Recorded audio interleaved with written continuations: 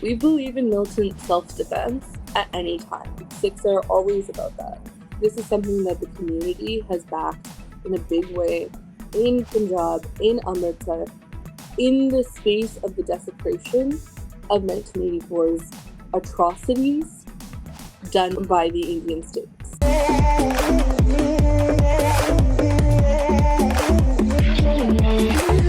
But I do think that he was very determined to see the liberation of his people because of the atrocities that they faced. Hardeep Singh Nijjar has been gunned down and has been murdered, and there's a lot of propaganda that is flowing around. So, from a Sikh perspective, if you can spell it out for us, like who was exactly Hardeep Singh Nijjar to the community in Canada as well as to the larger Sikh community? So Hardeep Singh Nijjar, Paisa was a community leader. He was somebody who was running the one of the largest Gurudwaras outside of India, and this was a Gurudwara that was running very well, was managing a large number of people that were coming in and out of the doors there on a regular basis, but also the community at large. Our Gurudwaras are places where we come to be with the Guru, but we also use the Guru's guidance to help us navigate the world.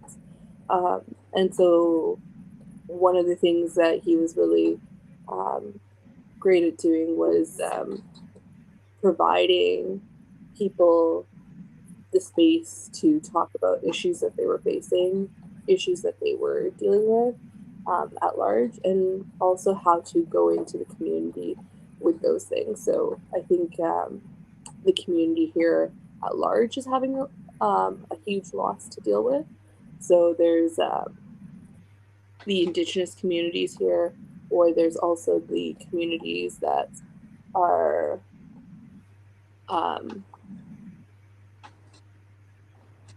meeting them as well, like the huge like immigrant community that comes in. So that would be like the diasporan community, but like also like getting Punjabi and reading services and that sort of thing. So there's a lot of like different things that he was involved in, but he was definitely an integral member to that. As for what his position within the larger Sikh community is, I think that when we look at anybody who is in our community, we see them as a part of a larger family, and we call our larger family our Panth.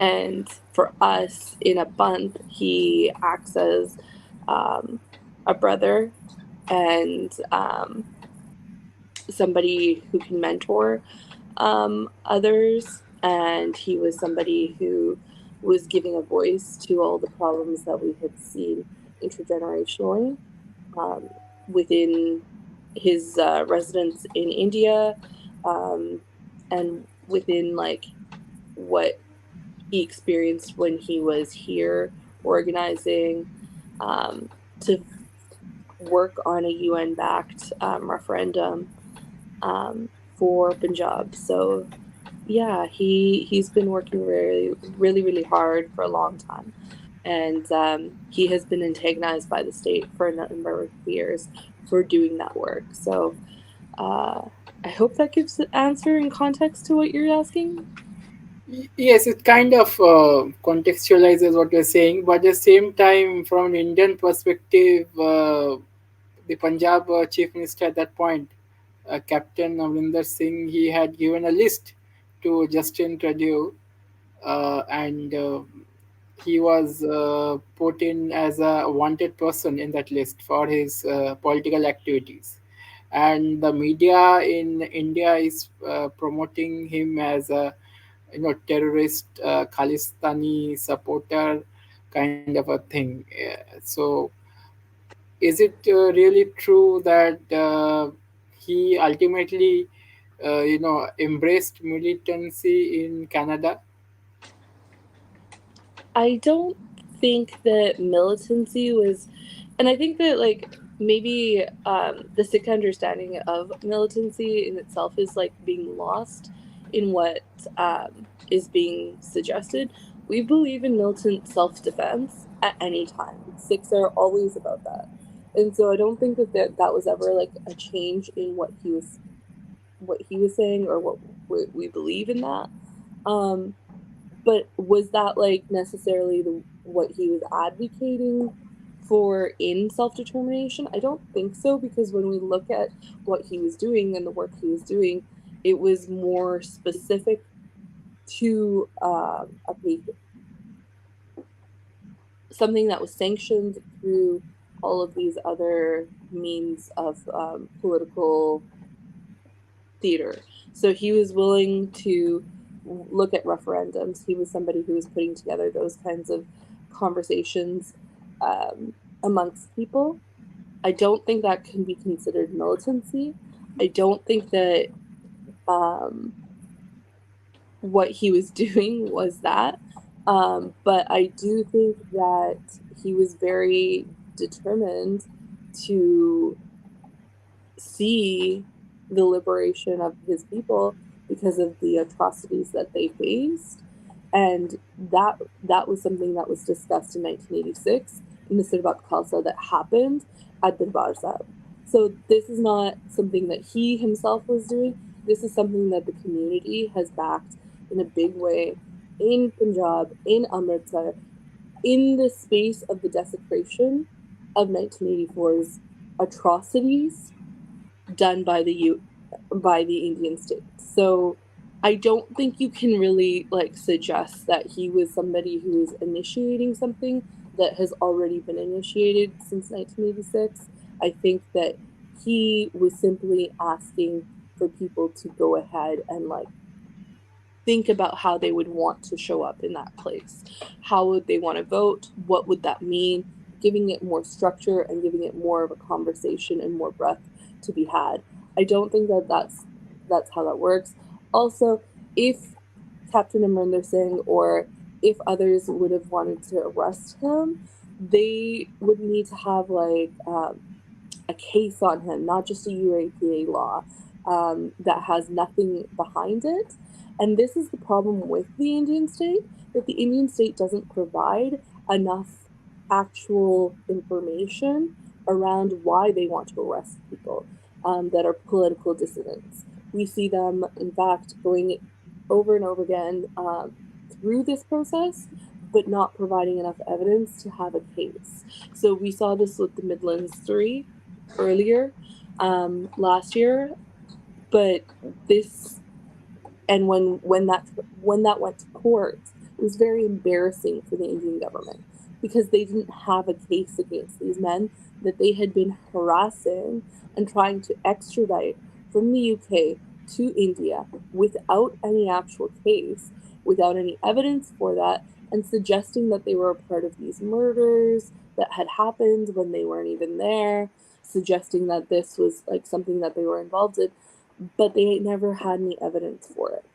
This was very embarrassing for the Indian state to have to show in the UK courts that they did not have the evidence for this. So similarly, if they had so much on Paisab, by Hardeep Singh Nijjar, they should have been going through the extradition process because they have an extradition policy with the Canadian state. Yes, yes. They do, There's and they could have mm, easily gone ahead and gone through that process. They did yeah, not initiate that process. yeah. So it's Canada really hard for is us to believe that there was much more than just another falsified, trumped up charge to use against him. Yeah, Canada is extraditing a Muslim terrorist who is convicted for the Bombay blast. So what you're saying is true. So it Mhm. brings me to another conspiracy theory that is floating around, that it is the Pakistan state that has eliminating Sikhs. One Sikh activist has been eliminated. or quote unquote in our term Khalistani separatist has been killed in Pakistan also. So how is this? How is this really something that the Sikh community in Canada is thinking, that Pakistan maybe is killing our people? I think the Sikh community isn't really thinking anything of like one state versus the other. We see all of these states as an apparatus to continue to hold us down. All of these borders are really in that position of holding us down or tying us down to a certain parameter. So whether Sikhs are in Pakistan or whether Sikhs are in Canada, we see that they're not safe, right? And we see that all around us. We don't see that India or Pakistan or Canada can keep Sikhs safe because they don't want to. That's all it is. I don't think that we think that um, we need special safety. I think the reality is that we continuously speak out about injustice and oppression, and this will always be something that is anti state because the state is built on oppression and it's built on the idea that people should be kept in these positions. So I think that the reality is that um, Sikhs only and will only see the only authority that they bow down to as the Sri Guru Granth Sahib Ji. And the rest is, these are like temporal governments, they come and go, but our position of being people that will continuously speak out about oppression is linked to a larger idea that we get from the Guru. We do not have an understanding around how these states are keeping us safe because they don't. None of them do.